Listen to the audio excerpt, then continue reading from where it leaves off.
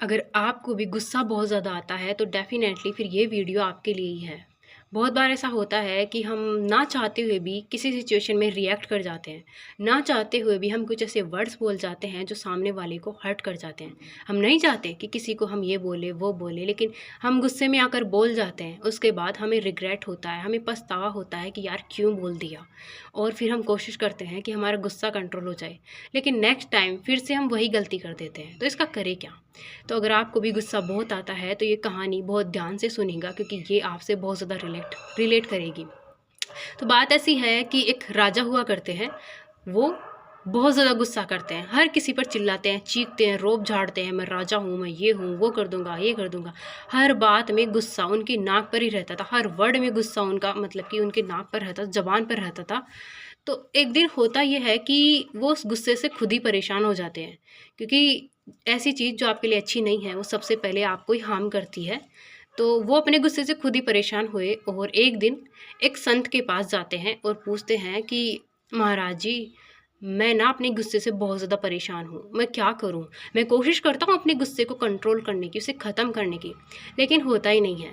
तब संत बोलते हैं कि गुस्से की बात छोड़ो, उससे भी ज़रूरी बात ना तुम ये समझ लो कि तुम्हारे पास ना अब सिर्फ 30 दिन ही है, तुम 30 दिन ही जीने वाले हो।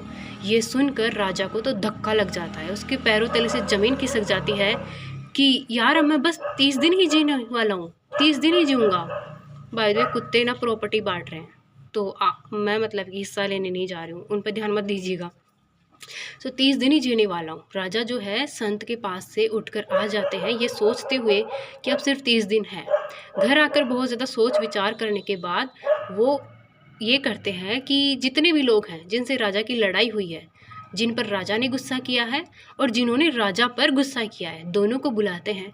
जिन्होंने राजा पर गुस्सा किया है उनको राजा माफ़ करता है, और राजा ने जिन पर गुस्सा किया है राजा उनसे माफ़ी मांगता है और बोलता है कि जो भी मैंने किया ना उसके लिए मुझे माफ़ करें। क्योंकि राजा सोचता है कि अब 30 ही दिन बचे हैं तो क्या करना है इन सारी नाराज़गी का, सारे गिले शिकवों का, क्या ही करना है, कर्म साथ जाएगा। तो हम माफ़ी मांगते हैं, कर्मों को क्लीन करते हैं और अपने दिल को साफ करते हैं, राजी खुशी जीते हैं, शांति से जीते हैं। 30 दिन की तो ज़िंदगी है, सुकून से जीते हैं। राजा ने सुकून को अपनी प्रायोरिटी बना लिया, सबसे माफ़ी मांगी और अगले 30 दिन तक उन्होंने बहुत शांति से जीवन जिया, किसी पर भी गुस्सा नहीं किया। ऐसे ही उनके 30 दिन पूरे हो गए। 30 दिन बाद जब 31वां दिन आया तो देखा राजा ने कि यार मैं तो अभी भी जिंदा हूँ, मैं मरा नहीं। उसके बाद राजा वापस से संत के पास जाते हैं कि महाराज, मैं तो मरा ही नहीं, मैं तो जिंदा हूँ, मेरा जीवन तो सिर्फ 30 दिन का ही था। तब होता ये है कि संत बोलते हैं कि राजन, ये 30 दिन में तुमने क्या सीखा?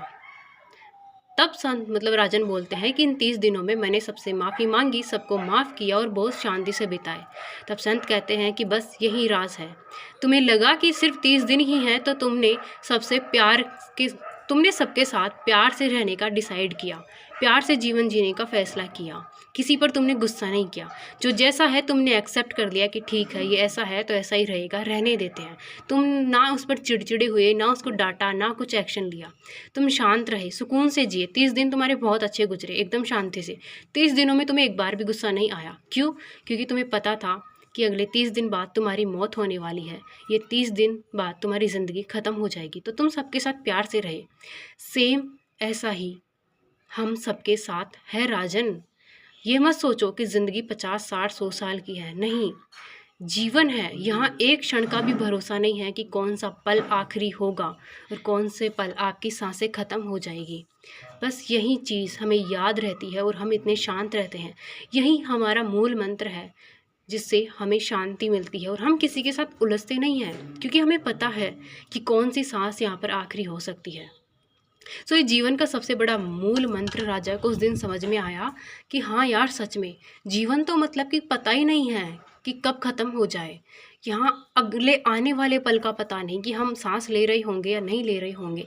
राजा को ये बात समझ में आ गई और उस दिन के बाद उनका गुस्सा पूरी तरह से गायब हो गया और वो एकदम शांत रहने लगे, सबके साथ खुशी से रहने लगे और हर पल इस बात को ध्यान में रखते थे कि कौन सा पल उनका आखिरी होगा, पता नहीं।